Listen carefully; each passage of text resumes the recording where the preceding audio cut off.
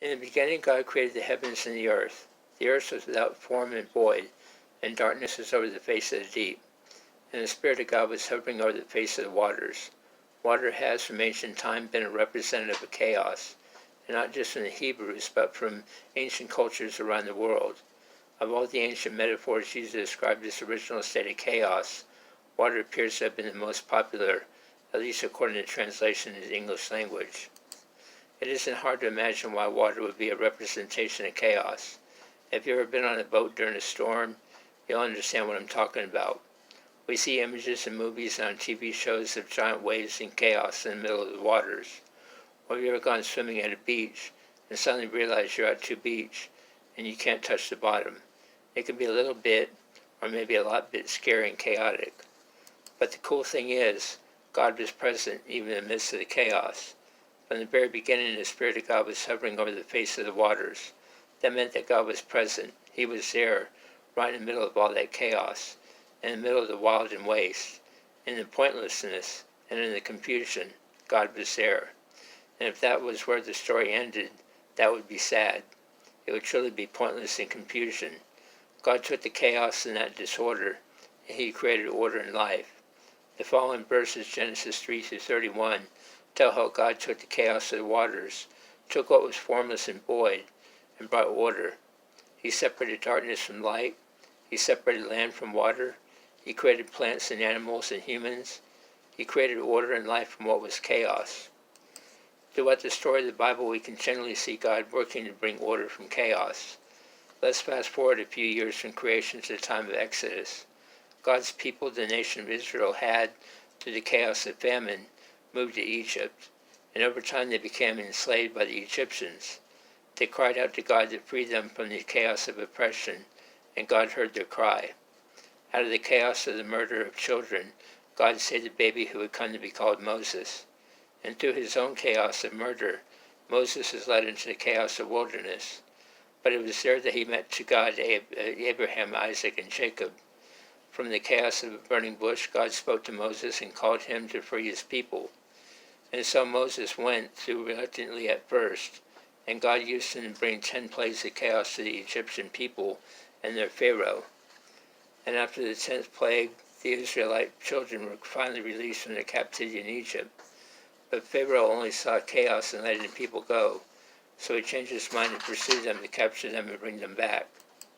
We find in the 14th chapter of the book of Exodus a scene of chaos. The people of Israel are trapped between two bodies of chaos. On one side, they had the pursuing Egyptian army, and on the other side, chaotic waters of the Red Sea. They were surrounded by chaos, and they were afraid. But God is not a God of chaos. He is a God of order. So he said to Moses, stretch out your hand over the sea and divide it. And so he did. And God pushed back the chaos of the waters and created order and a path to dry ground, that the Israelites used to escape from the Egyptian pursuers.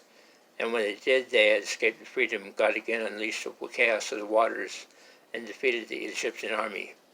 God brought about order from chaos. But we don't have to look just at the Bible. We can look at history. We can see God bringing about order from chaos throughout the history of the world. We can see God bringing about order from chaos throughout the history of the church. But we can make it even more personal. God is working right now to bring order from chaos of your mess. I don't know the details of the mess that you've been in, but I can bet there was quite a bit of chaos involved.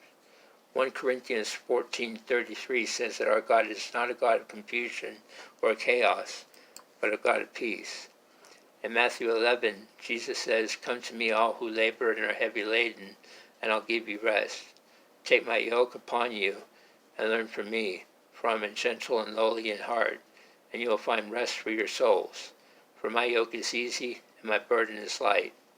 He invites us to surrender our chaos and our confusion and our destruction to him, and he'll give us order and peace in return.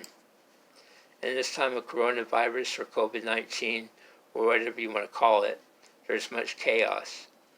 Yes, we must wash and sanitize our hands many times, especially after touching public surfaces.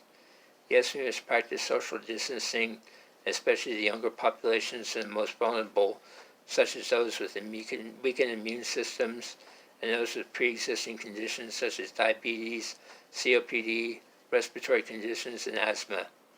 Yes, we must talk ourselves in preparations to staying home for lengths of time until we're past the hurdles in the midst of us. Yes, we must give up temporary recreations, amusements, and sports we've come to enjoy. But this chaos will pass. Satan would like to use this chaos as a time to divide and create fear, anxiety, and panic. If we rely on Jesus, he will come to bring order from the chaos. He'll bring families together. He'll help us to disconnect from our reliance on material things. He will teach us to trust in him and not in the world. So, the simple question for you this morning, afternoon, or evening is this: where will you place yourself? Will you give in to this chaos? Or will you cry out to Jesus as Peter did? Will you let chaos ruin your life? Or will you allow Christ to enter into this and create peace and order? It's your choice.